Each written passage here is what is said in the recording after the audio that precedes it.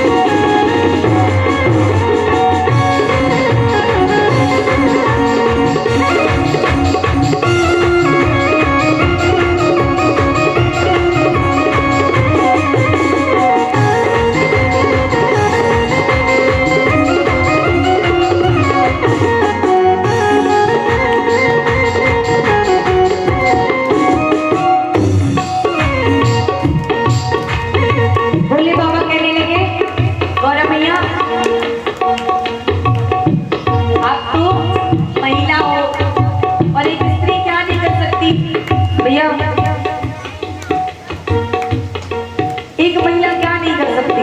आजकल तो beauty parlour चल गए, पता नहीं किसको क्या बनाते चल गए में, दिखता कुछ और है और होता कुछ और है। पार्लर के अंदर के जाने से पहले कुछ और होता है और बाहर निकलने के बाद जिसको कहते हैं काया पलट सुंदरता केंद्र। महाराज तो बाबा कहने लगे कि भैया ऐसा बना दो मुझे कि वहां कोई पहचान ही ना पाए।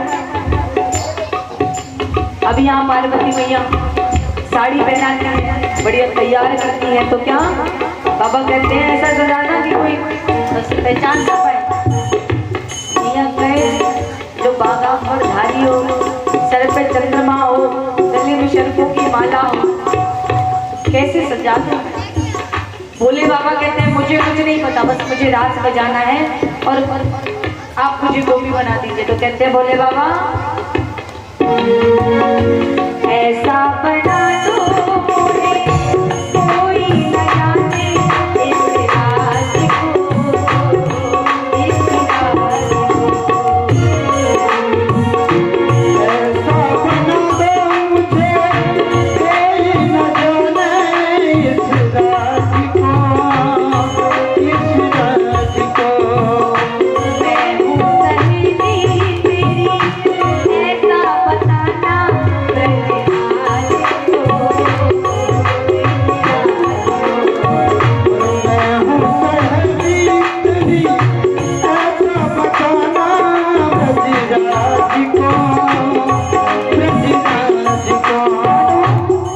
अगर कृष्ण पूछे ये आपके साथ कौन है मैया, तो आप क्या कहना, सहेली है मेरी, आज रास आनंद लेने आई है, आज रास का बड़ी दूर से आई है, इसलिए मैं साथ में आई, ऐसा बताना ब्रजराज को। तो क्या ऐसा बताना मैं हूँ सहेली तेरी, ऐसा बताना ब्रजराज को, ब्रजराज को। ऐसा बताना मुझे मैं हूँ सहेली तेरी, ऐसा बताना ब्रजराज को, ब्रजराज को। बना के चूड़ा पहन के साड़ी, बना के चूड़ा पहन के साड़ी, चले हम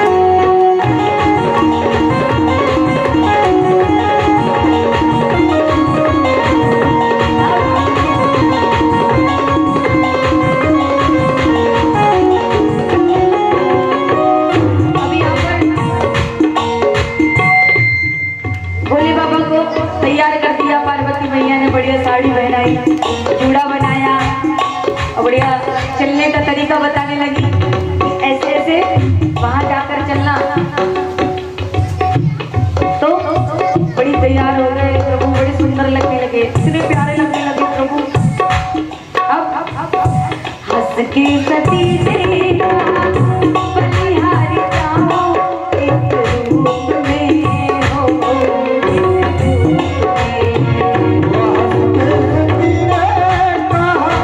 बलिहारी जाओ इस रूप में, इस रूप में।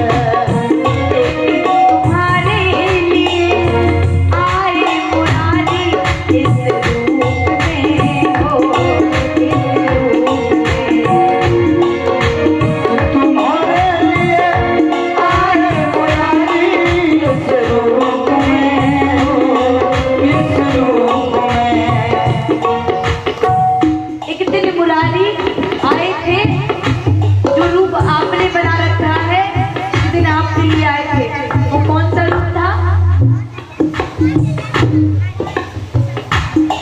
मोहिनी अवतार।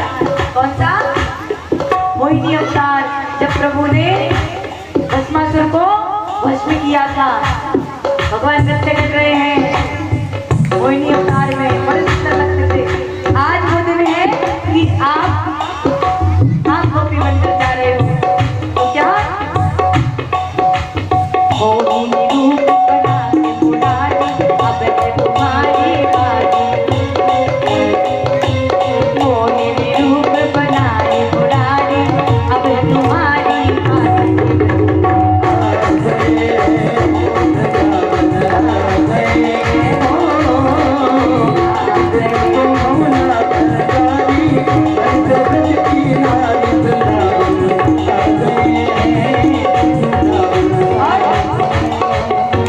देखा मोहन ने प्रभु, समझ गए वो सारी बात है, वो सारी बात है। प्रभु ने जब समझ गए सारी बात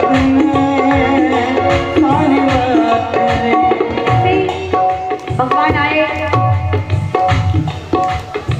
और भगवान प्रभु बोले बाबा नृत्य में नाचने लगे, रास में नाचने लगे। और रास में ऐसी सुध बोली बांसुरी की धुन सुन सुन के कि प्यारे सब कुछ छोड़ छाड़ के डमरू बजाने लगे। क्योंकि वे अपना अपना यंत्र है, ठाकुर जी बांसुरी बजा रहे हैं तो बोले बाबा ऐसी सुध भूल गई क्या? देखा मोहन ने प्रभु, समझ गए वो सारी बात है, वो सारी बात है। प्रभु ने समझ गए सारी बात ने ऐसी बजाई बंसी सुध बुध भूले, भोलेनाथ है, भोलेनाथ है।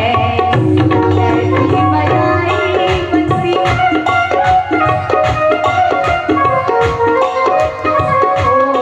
भोलेनाथ है। सिर से खिसक गई है साड़ी, क्या? सिर से खिसक गई है साड़ी, खोल खुली है साड़ी।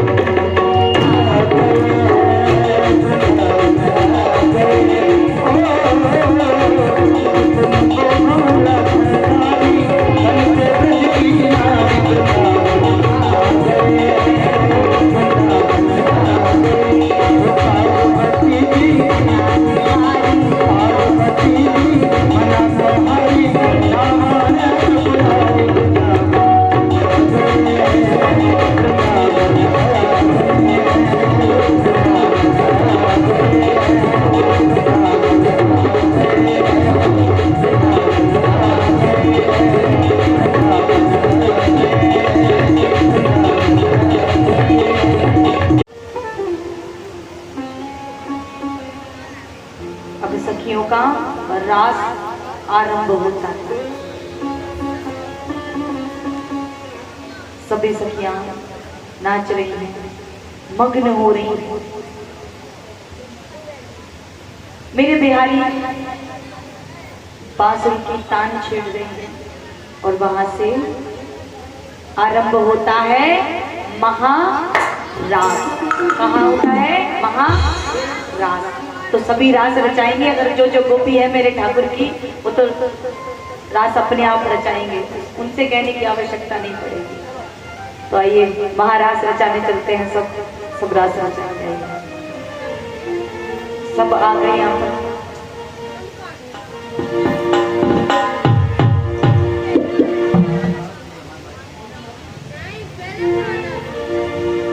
भोला प्यारी भगवान की जय। हरे गोकुल में देखो, वृंदावन में देखो, मुरली बाजे रे।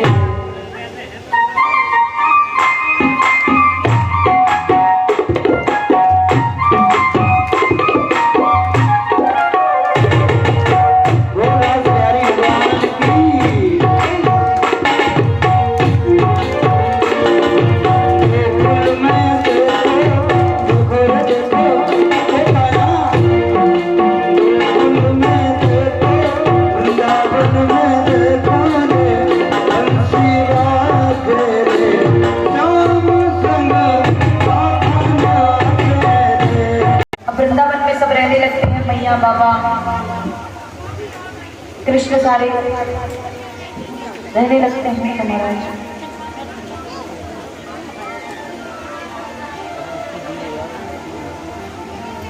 अब कंस कहता है अपने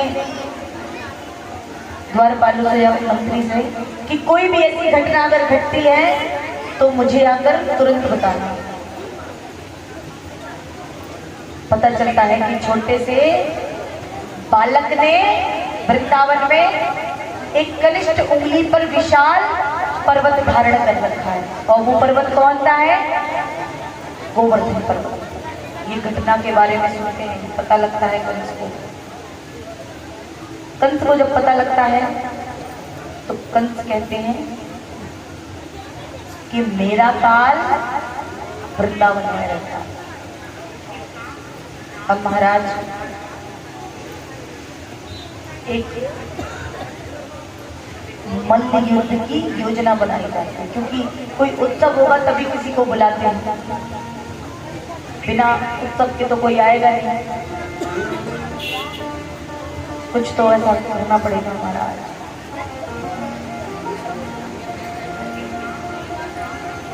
अक्रूर जी को बुलाते हैं और अक्रूर जी से कहते हैं कि वृंदावन जाओ,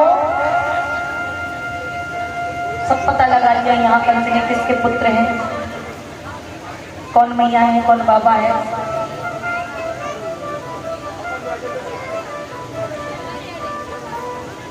और कहाँ रहते हैं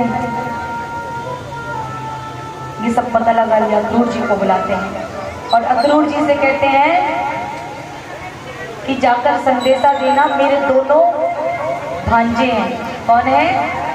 दोनों भांजे हैं जो वृंदावन में रहते हैं, उनसे जाकर कहना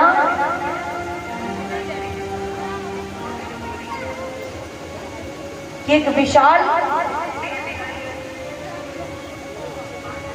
मल्ल युद्ध का आयोजन किया गया और उसमें पूरा परिवार, क्योंकि पूरे परिवार को निमंत्रण देते थे पहले, तो पूरा परिवार होना आवश्यक है। और वो दोनों बालक होना अति आवश्यक है। कौन कौन से? कृष्ण और बलदाऊ। अक्रूर जी कहते हैं धन्य है प्रभु, मैं तो कब से प्रतीक्षा कर रहा हूँ प्रभु के दर्शन, पर चलो आज तो मौका मिला, इसी बहाने मैं भगवान के दर्शन तो कर सकूंगा। पर मन में विचार करते हैं तो कि न जाने ये कंस क्या करेगा नन्हे नन्हे बालकों के साथ।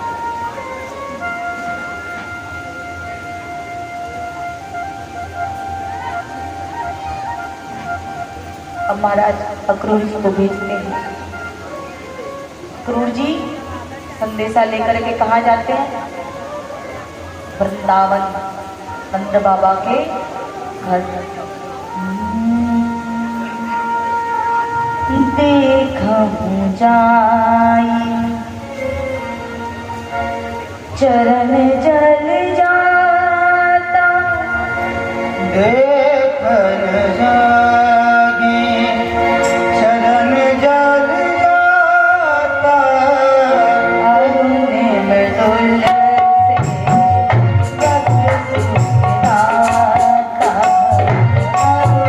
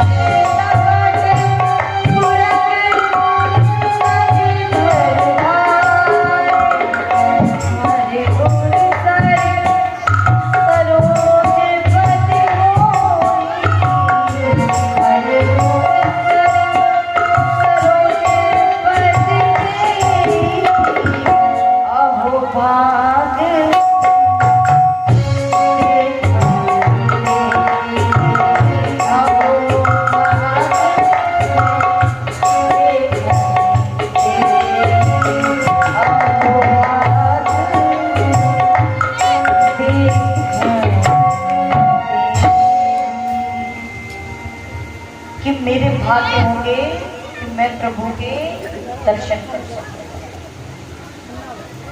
जाते हैं वृंदावन और पहुंचते हैं। नंद बाबा पट खोलते हैं कि कैसे आना हुआ। बोले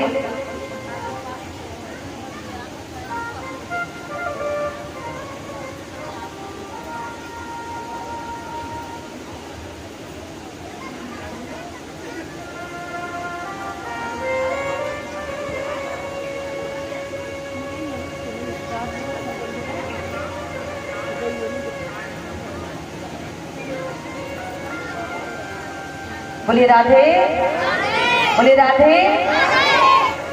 महाराज अब यहाँ क्रूर जी आते हैं, पूछते हैं नंद बाबा कोई कार्य इत्यादि। बोले नहीं, पहले दोनों बालकों को आ जाने दीजिए, फिर बात करते हैं इस बारे में। नंद बाबा स्वागत करते हैं क्रूर जी का। दोनों बालक वापस आते हैं गैया चराकर संध्या काली में। तो सीधी नजर भगवान की अक्रूर जी पर पड़ती है। वो तो अंतर्यामी है, सब कुछ पता है। जैसे ही अक्रूर जी पर पड़ती है, प्रणाम करते हैं, पूछते हैं कैसे आना हुआ। बताते हैं कि कंस ने एक आयोजन किया है जिसमें सभी को बुलाया है, और विशेष रूप से आप दोनों भाई विशेष रूप से पधारे। तो मैया ने कहा कि वो मल्ल युद्ध है। क्या है वो? मल्ल युद्ध है। वहां बड़े बड़े राजा, बड़े बड़े बलशाली आएंगे। छोटे छोटे बालक क्या करेंगे? क्या करेंगे वहां जाकर? कोई आवश्यकता नहीं है जाने की, मना कर दो। बाबा कहते हैं अरे ऐसे कैसे मना कर दो? इसी बहाने मथुरा भी घूमना है। क्या घुमाएंगे? मथुरा। पहले जैसे ये मौत है, झांसी घूमने का बड़ा विशेष होगा यहाँ पर। झांसी का मार्केट इत्यादि बड़ा प्रसिद्ध होगा यहाँ पर। झांसी के मार्केट जाएंगे, वहाँ घूम जाएंगे, यहाँ कुछ नहीं। वैसे ही वहाँ पर पहले मथुरा बाजार, राजा की नगरी है, राजा कंस की नगरी है। तो सभी घूमना चाहते हैं, सभी देखना चाहते हैं।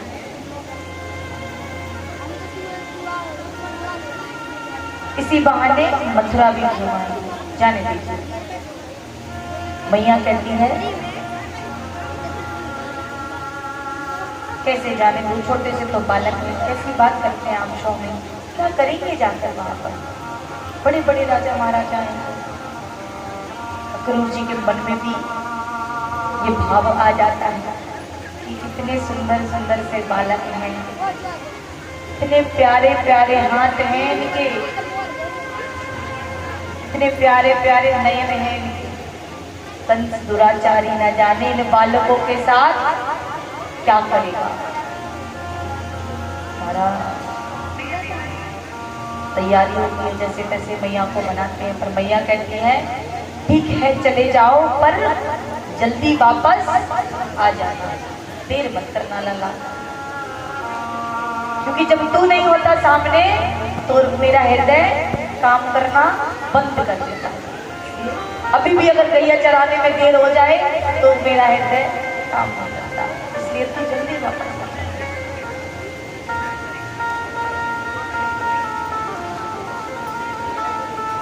तैयार लेते हैं,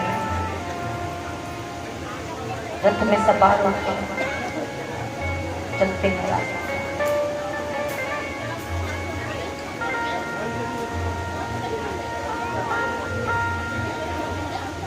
अब रास्ते में चलते हैं तो पहले गोपियां मिलती हैं। कौन मिलता है? गोपियां। देखिए ये बहुत मार्मिक, समझने वाला प्रसंग है ये। इसको श्रीमद् भागवत कथा का हृदय कहते हैं। क्या कहते हैं? हृदय।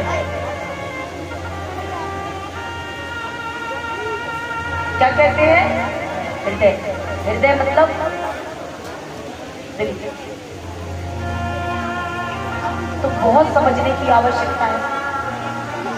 7 दिन तक हम श्रीमद् भागवत कथा का स्मरण करते हैं।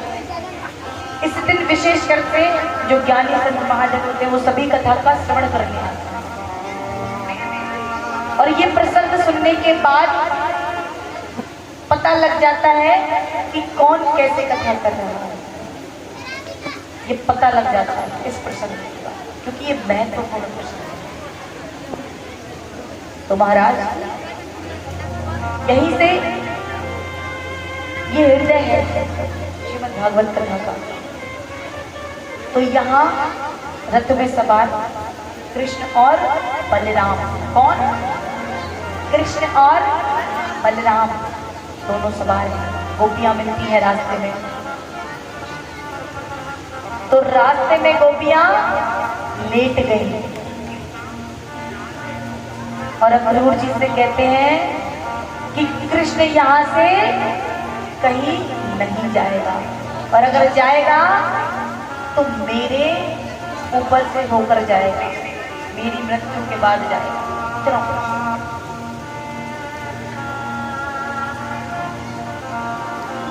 सखियों को समझाते हैं, देखो मैं जल्दी वापस आ जाऊंगा, आप चिंता ना करें, मैं जल्दी ही पुनः वापस लौटूंगा। रोने लगती है सखियां, प्रभु मत जाओ। तो सखियों से कहते हैं कि मैं तुम्हें वचन देता हूं कि वृंदावन छोड़कर मैं कभी नहीं जाऊंगा। वृंदावन छोड़कर मैं कभी नहीं जाऊंगा। ये बात आप आगे और सुनेंगे तब आपको लगेगा। अब महाराज जैसे तैसे सखियों को समझाया, आगे जाते हैं थोड़ी दूरी पर, तो कौन मिलता है? बड़ी गोपी। बड़ी गोपी कौन? राधा। पूरी श्रीमद् भागवत में कथा में राधा का उच्चारण कहीं नहीं हुआ। उनका स्थान बड़ी गोपी के नाम से दिया गया। आधी से ज्यादा मैयाएं अभी नहीं थी, विशेषकर बता चुके थे, क्योंकि श्री सुखदेव जी की गुरु थी राधा, इसलिए गुरु का नाम मुख से नहीं है।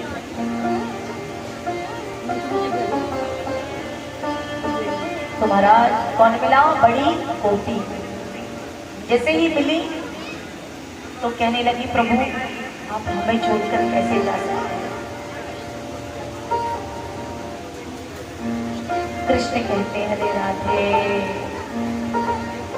तुम तो सब जानती हो, तुम्हें तो सब ज्ञात है, तुम्हें सब पता मैं यहाँ क्यों आया, किस लिए आया और मैं क्या करने जा रहा हूँ। एक तुम ही तो हो राधे जो मुझे समझ सकती हो।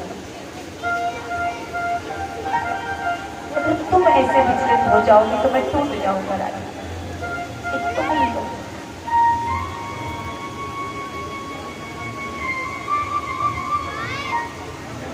तो राधे कहती हैं,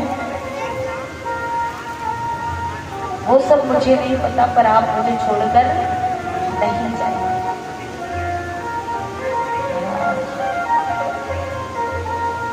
राधे को से कहते हैं कि राधे एक तुम्हारा ही आशा है मुझे, कि मेरे जाने के बाद मुझे भरोसा है कि तुम इन सब का ख्याल रखोगे। मुझे पता है राधा तुम जरूर आओगे।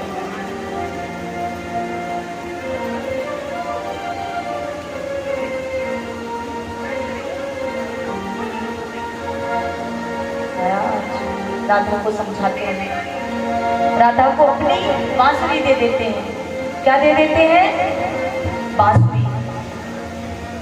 बांसुरी दे देते हैं, समझाते हैं। पहुंचते हैं, मथुरा में प्रवेश करते हैं। जो मैं ऐसा जानती प्रीत करे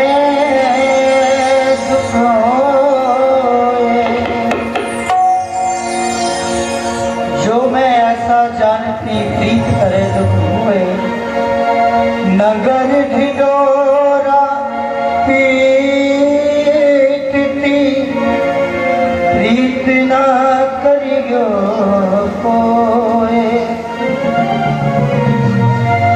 प्रेम पिया परदेस की एक मजबूरी होए ज्यों ज्यों दिन नजदीक आवे त्यों त्यों दूरी होए। कल श्रीमद् भागवत का विश्राम दिवस है। जब हम लोग यहाँ से गलियों में निकलते हैं तो कुछ लोग कुछ माता कहती हैं आप लोग रुके हो तो मोहल्ले में बहुत अच्छा लगता है। हमारा भी मन होता है कि भागवत सुनने के लिए जाए समय पर आप लोग चले जाओगे तो कम से कम 2-3 दिन बुरा लगेगा। भगवान जा रहे हैं तो सारे ब्रजवासियों को बुरा लग रहा है और गोपियाँ कहने लगी भगवान से श्याम वृंदावन से मथुरा। केवल 2 लाइन का भजन। महाराज इससे पूर्व कुछ ग्वाल वाले भी साथ मिले। जब आगे बढ़े तो वो भी कहने लगे हम भी चलेंगे, हम भी घूम कर आएंगे आपके साथ। तो सब ग्वालों वालों को लेते हैं और चलने लगते हैं प्रभु।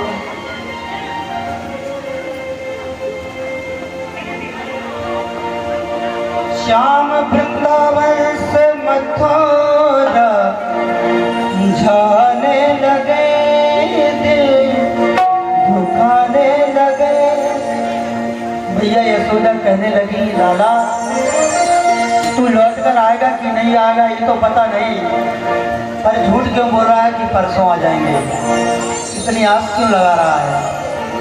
श्याम वृंदावन से मथुरा जाने लगे दिल दुखाने लगे। ये बता दो कि वो कब आओगे या नहीं आओगे।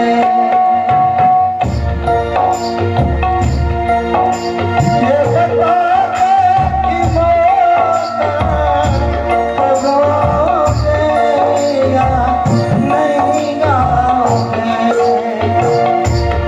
श्याम वृंदावन से मथुरा आने लगे दिल दुखाने लगे। ये बता दो कि मौका कब आओगे या नहीं आओगे।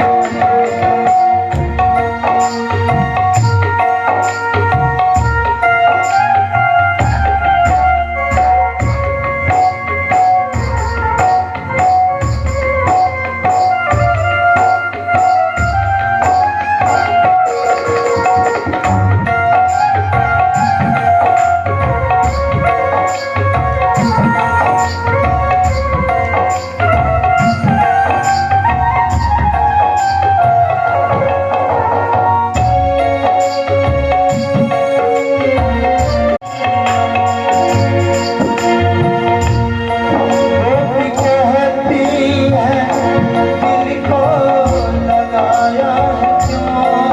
गोपी कहती है दिल को लगाया है क्यों। जब दिल को लगाया तो सुखाया है क्यों। है कान्हा गोपी कहती है दिल को लगाया है क्यों। जब लगाया है तो फिर दुखाया है क्यों। ओ श्याम वृंदावन से मथुरा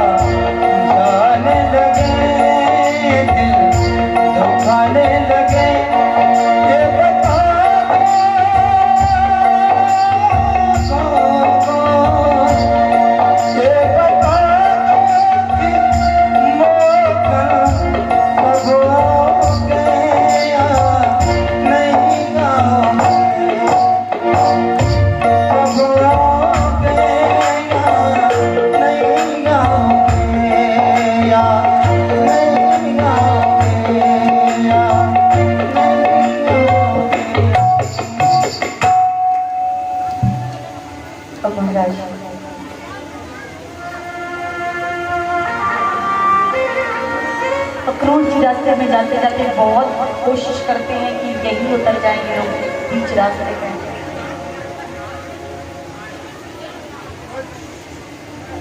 पर बिल्कुल भी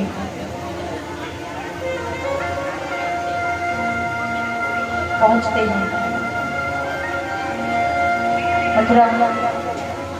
और जैसे ही नगर में प्रवेश करते हैं वैसे ही घरों से सखियां खिड़की से झांक रही हैं, देख रही हैं इतने सुंदर सुंदर बालक किसके हैं।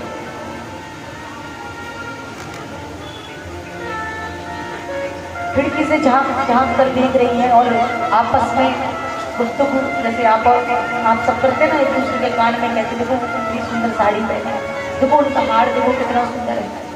ऐसे काना कुर्सी कर रही है आपस में कि वो देखो कितने सुंदर बालक है, उनकी नैन देखो, नैन देखो कितनी सुंदर है। ऐसा लगता है मानो उनके नेत्रों में डूबे, इतने प्यारे हैं। उनकी चेहरे की मुस्कुराहट तो देखो, ऐसे हंस रहे हैं मानो तो स्वर्ग की प्राप्ति है। देखो कितना सुंदर श्रृंगार है, आपस में बात कर रहे हैं। सभी देख रहे हैं नगरवासी कितने सुंदर बालक किसके हैं। पहली बार मथुरा में आए, किसके इतने सुंदर बालक हैं। अक्रूर जी से कहते हैं कि काम करिए, आप राजमहल पहुंचिए, हम थोड़ा मथुरा का भ्रमण करके आते हैं, घूम कर आते हैं। क्योंकि अगर एकदम से पहुंच गए और एकदम से जो लीला करनी है, यानी कि दंतवध करना है, वो एकदम से जाके कर देंगे तो ये जो ग्वाल बाल हमारे साथ हैं, इनको पता लग जाएगा कि मैं भगवान हूं।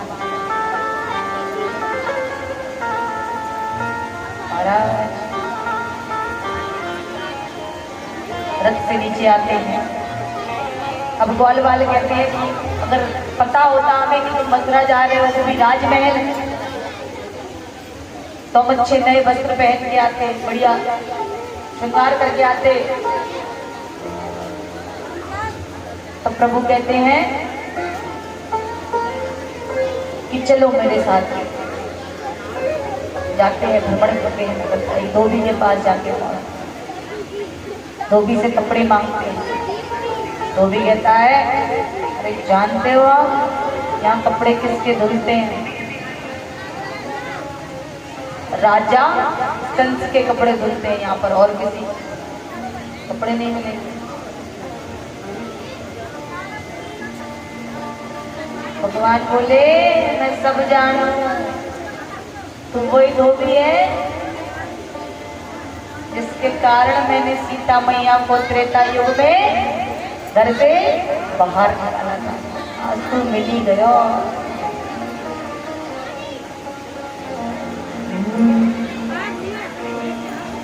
बोला निज मुख देखा मुनीरा, बोला निज मुख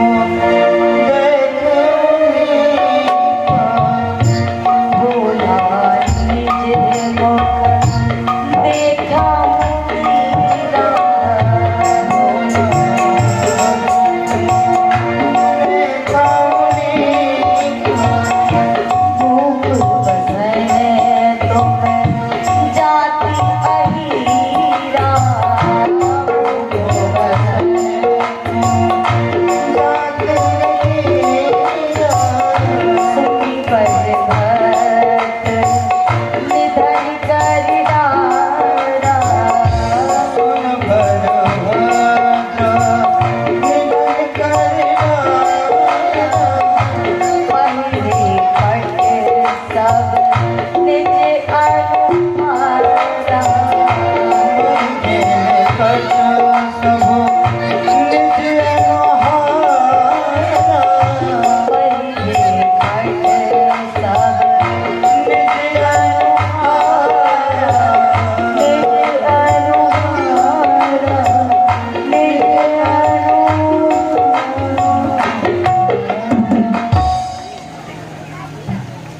तू कौन है? तू वही धोबी है जिसके कारण मैंने सीता मैया को घर से बाहर निकाला। आज तू मिली गया मैं। तब तो मैं सीधा साधा सा था। तब भगवान धोबी का उद्धार करते थे। अब राजा के वस्त्र हैं, सबने पहन लिए तो ढीले ढाले हैं क्योंकि बालक है पतले से। अब राजा तो हट्टे कट्टे होते हैं, लंबे चौड़े से। मैया मैया, तो पता है ब्याह में ऐसी हलचल होती है, पर कुछ देर के लिए, बस कुछ देर आराम से। महाराज यहाँ पर ढीले वस्त्र हैं तो किसके पास गए? दर्जी के पास। दर्जी के पास गए। दर्जी से कहते हैं कि जरा कपड़े का माप लेकर के कपड़े ठीक करते हैं। कपड़े ठीक करते हैं। दर्जी कहते हैं इसके बदले में क्या मिलेगा? दर्जी कहता है इसके बदले में क्या मिलेगा? तब भगवान कहते हैं कि कलयुग में जितने का कपड़ा नहीं होगा उतने दुगना कपड़े की सिलाई होगी। क्या होगा? आजकल मैयाएं देखी, सभी जानते हैं कितनी सिलाई। जरा सा कपड़ा 300 रुपए तुरंत मिल दिया, और ज्यादा डिजाइन वाला हुआ तो 500 साढ़े 500।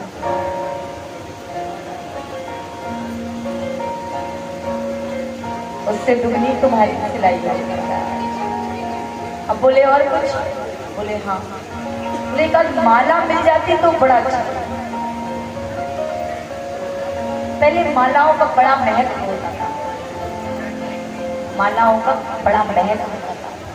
कोई अगर किसी उत्साह में माला पहना दे तो वो घर लेके आते थे और बताते थे सबको कि ये देखो माला पहनाई गई थी हमें। और अगर नहीं पहनाई गई हो तो रास्ते से खरीद लेते थे और घर जाकर कहते थे कि ये माला पहनाई गई है।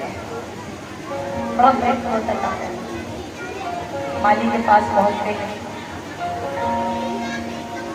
माला पहनाते हैं। माला पहन ली, बोले थोड़ा बहुत चंदन मिल जाता तो बस पूरा हो जाता श्रृंगार। ब्रजवासी, हमारे ब्रजवासी श्रृंगार करने का बड़ा महत्व रखते हैं। जो हमारे ब्रजवासी हैं उन्हें श्रृंगार का बड़ा शौक है। आप कभी भी जाकर देखना, आपको सारे ब्राह्मण तिलक के साथ, धोती के साथ बढ़िया सजे धजे मिलेंगे आपको।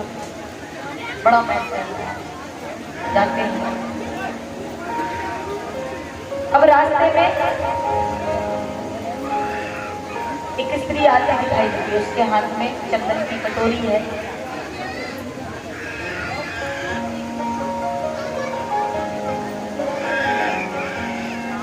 और वो 3 जगह से टेढ़ी है। कितनी जगह से? 3 जगह से। जिसका नाम बढ़िया।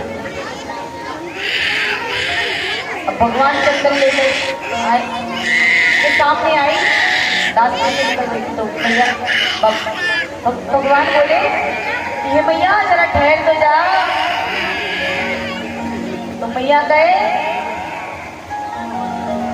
बोल लगा क्या बात है?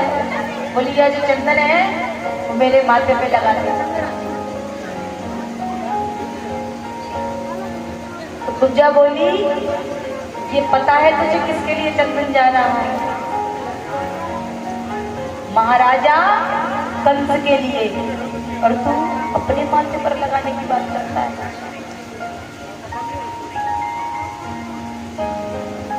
तब कृष्ण मजाक, थोड़ा सा हंसी मजाक करने लगते हैं कि मैया है बहुत सुंदर और तुम बात भी बहुत सुंदर कर रही है।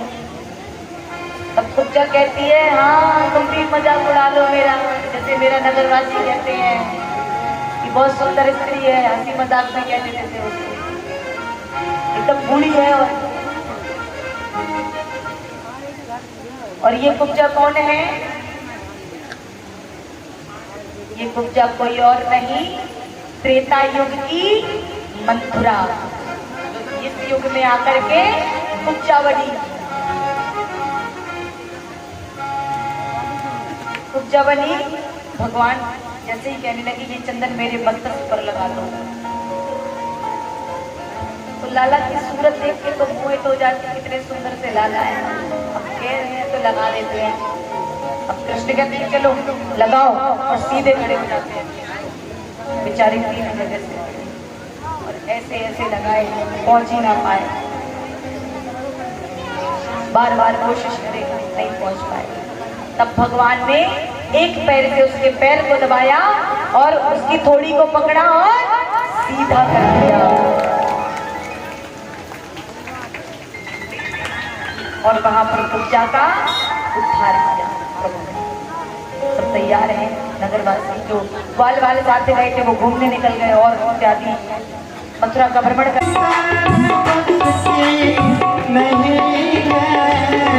यहाँ सरजी की गोरी है, यहाँ सरजी की गोरी है, आस की इतनी सस्ती नहीं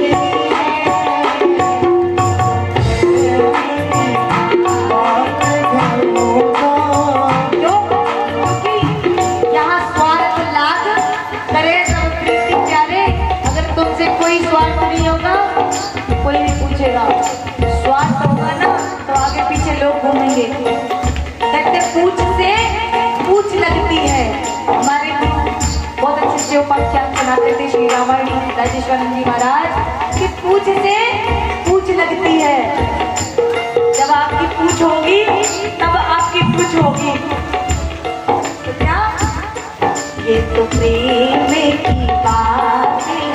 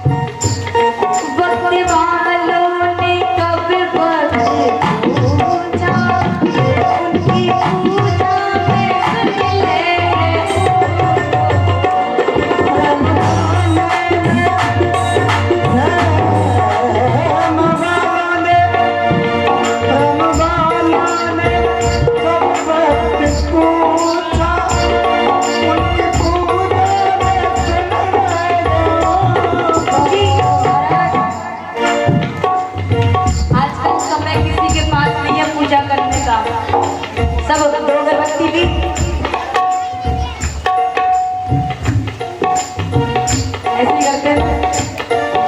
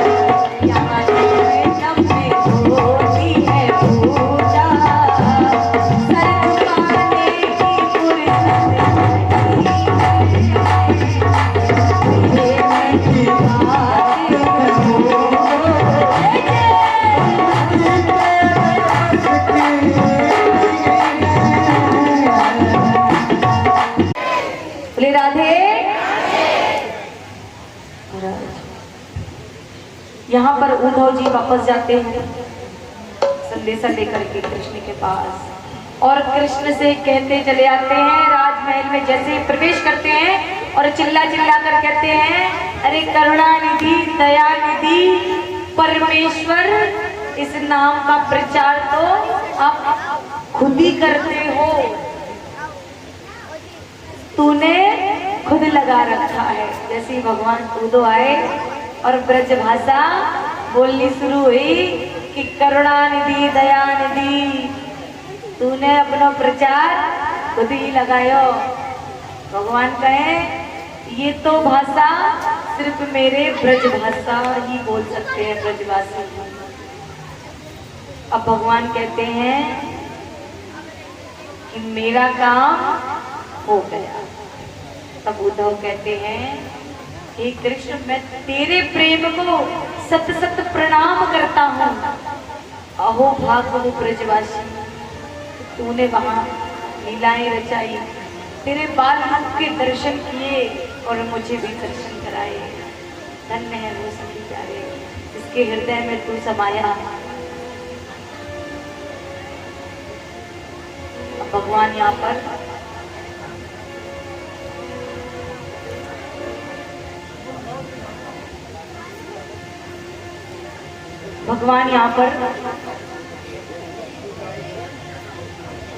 बहुत रोने लगते हैं। जैसे ही वापस आते हैं इतना रो रहे हैं भगवान, बहुत रोने लगते हैं। बोले अब क्यों रो रहे हो? बोले तूने कहा ना तेरे प्रेम को सत सत नमन, सखियां तुझे बहुत याद करती हैं कृष्ण, तू क्यों इन सब चक्करों में पड़ा है, छोड़ दे तू जा। और कृष्ण कहते हैं जो कार्य मुझे सौंपा गया, क्योंकि भगवान ने मथुरा आने के बाद कोई लीला नहीं की, भगवान ने बंसी नहीं बजाई, माखन नहीं चुराया, तब से भगवान राजनीति में घुस गए। जो राजनीति में घुस जाते हैं वो चंचलता सहजता सब छोड़ देते हैं। जिसका दिमाग काम करने लगे वो हृदय से काम थोड़ी करेगा, क्योंकि अब धर्म का कार्य, धर्म को बचाना था, धर्म की रक्षा, धर्मो धर्मा रक्षा। भगवान को धर्म की रक्षा करने का अवसर आया, तो भगवान ने कोई लीला नहीं हो रहे। तो उद्धव कहते हैं काम करो, अपना राजमहल तो इतना बड़ा है कि उसमें पूरे ब्रजवासी आकर रहने लगे, तू उनको ही आकर इधर रख ले। कृष्ण कहते हैं नहीं, अभी कंस की मृत्यु हुई है। किसकी? कंस की। जरासंध इतना आसान नहीं है कि अभी शांत बैठे। मैं नहीं चाहता कि मेरी वजह से ब्रजवासियों को तकलीफ हो, दुविधा हो, और जब प्रहार होगा तो वो तो भगवान है, एक बार सुदर्शन चक्र चलाएंगे उनका तो उद्धार हो जाएगा। पर मैं ये नहीं चाहता कि ब्रजवासियों को पता चले कि मैं कौन हूँ, भगवान हूँ, मैं मैया का लाला हूँ, अपने बाबा का कन्हैया हूँ, सखियों का सखा हूँ और अपनी राधा का हृदय हूँ। तो ये पता नहीं चलता। ये बात करते हो मेरे मैया ने तो जाने कब से खाना नहीं खाया होगा, ना बनाया होगा। यहाँ पर तो देवी की मैया जब मेरे लिए भोजन लेके आती है तो 56 प्रकार के व्यंजन बनाती है और एक साथ रखती है। वहां मेरी यशोदा मैया दिन में 8 बार भोजन कराती थी। कितनी बार? 8 बार। या तो मैया सोचती है कि क्या प्रभु है, भगवान है, पता नहीं क्या खाएंगे क्या नहीं खाएंगे। वहां तो मैया कहती थी लाला खाता है या नहीं, कि लगाऊं अभी 2 चपेट। और मैया मेरे पीछे पीछे घूमे, लाला लाला लाला लाला खाना। या तो मैया कैसे सोचती है। और वहां मेरे बाबा जूती तक नहीं पहनते थे जब तक मैं सर पर जूती रख कर न ले जाऊं, दौड़ता हुआ ना जाऊं कि बाबा बाबा तेरी जूती जूती। जब से मेरे बाबा ने जूतियां नहीं पहनी अभी तक। और यहाँ पर वसुदेव जी जब गले लगाते हैं तो सोचते हैं कि भगवान है, वहां कोई ऐसा कुछ नहीं था। क्यों? क्योंकि मैं उनके लिए भगवान नहीं था, अपनी मैया का कन्हैया था, लाल था। महाराज उद्धव जी को प्रेम समझाते हैं, समझ में आता है।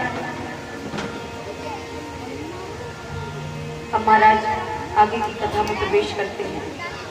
भगवान ने जरासंध के साथ युद्ध कर करके कई दैत्यों का संहार करके द्वारकापुरी का निर्माण किया जल के बीचों बीच।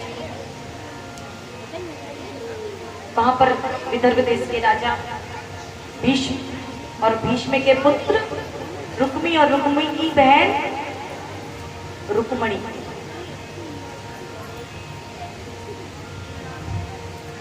तो महाराज रुक्मणी बड़ी होती हैं तो उनके पिताश्री वर ढूंढ रहे हैं और वर ढूंढ रहे हैं। देखो इसकी कथा मैं बाद में कहूंगी। वैसे एक विशेष सूचना है, कल भी यही हुआ था और कृष्ण जन्म वाले दिन भी यही हुआ था। तो मैं ये नहीं चाहती कि आज भी वही हो। मैयाएं बड़ी अच्छी है, हमारी बात मानेंगी। मुझे पता है कि मेरी मैयाएं बहुत अच्छी हैं, बहुत प्रेम करती हैं।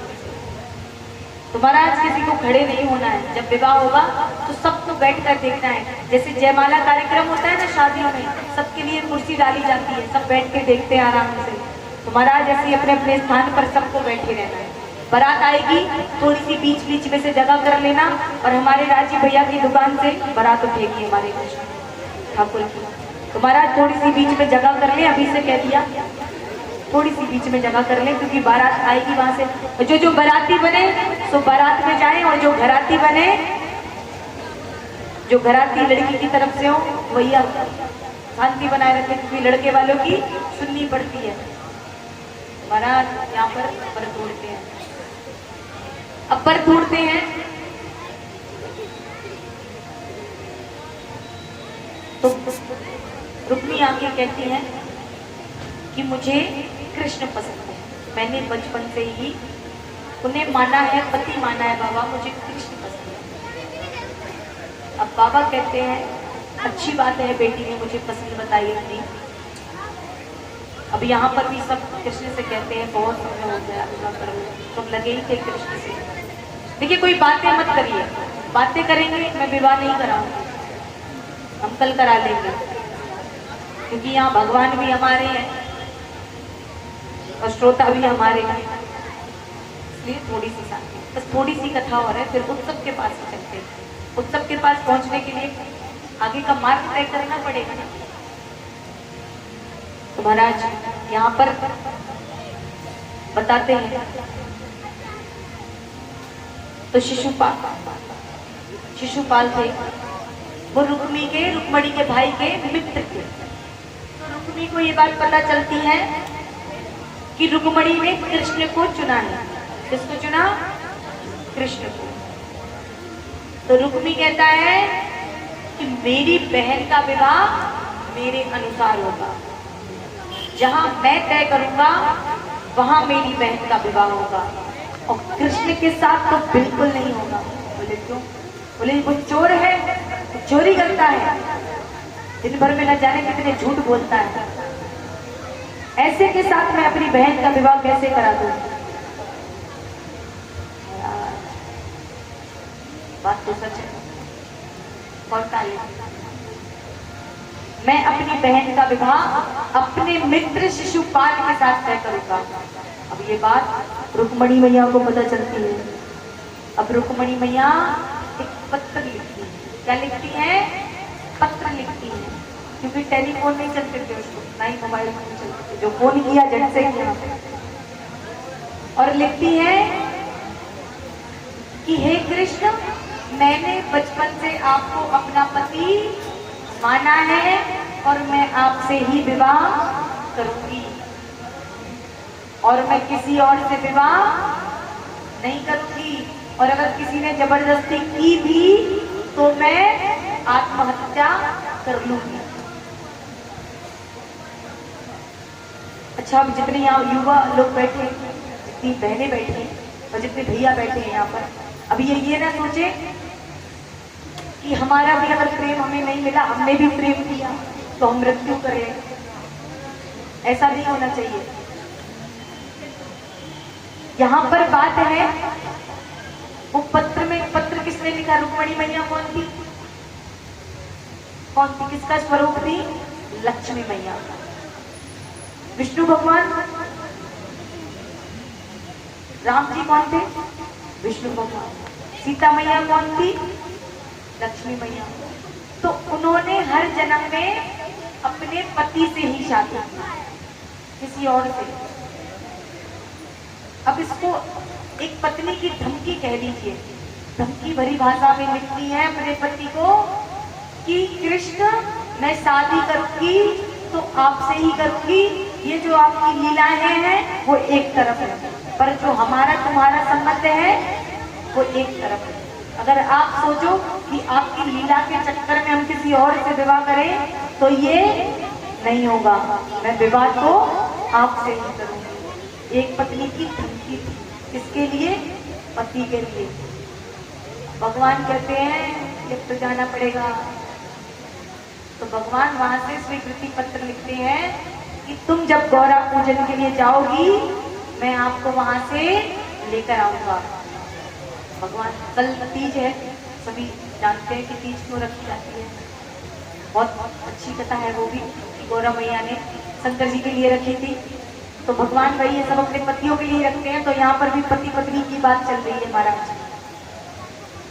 तो महाराज यहाँ पर भी पत्नी कहती है कि ठीक है, गौरा पूजन के लिए ऐसे ही हो जाती है, गौरा पूजन के लिए जाती हैं और यहाँ से कृष्ण और बलदाव रथ पर सवार होकर निकलते हैं। रथ पर सवार होकर निकलते हैं महाराज। जैसे ही पहुंचते हैं, जैसे ही पहुंचे मंदिर में और गौरा मैया के पूजन के लिए आई और तुलसी पूजन के लिए आई,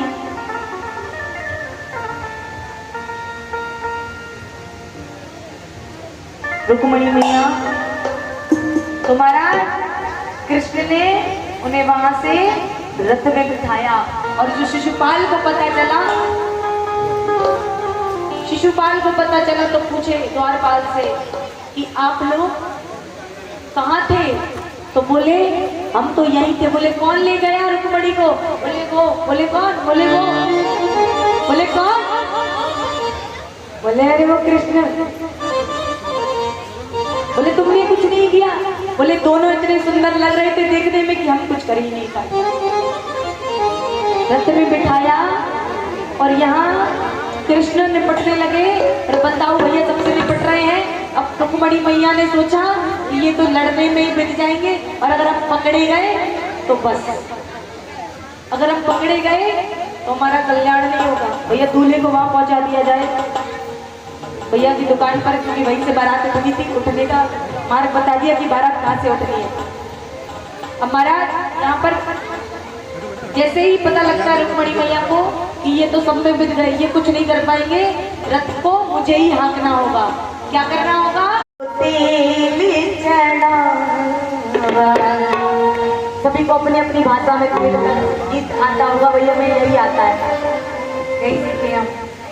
हल्दी मुलाई माको तेल चढ़ावा, वो फुलेल चढ़ाओ, मैं तो हरा हरा मूंग बिखेरावा, ओ मैं तो हरा हरा मूंग बिखेरावा। जो परीक्षित की मैया है वो तेल चढ़ाते आके और सब बैठे रहे, क्योंकि सबको दृश्य देखना, ये सुंदर झांकी सबको देखनी है, तो सब अपने अपने यथास्थान पर बैठे रहे और सब जिसको तेल चढ़ाना है वो बारी बारी से, और जिसको चढ़ाना है वो भी बारी बारी से। आइए सखियां देखो आज मंगल गीत गाती है, आज मेरे नाम जानी है, आज मेरे नाम जानी है, हम शादी है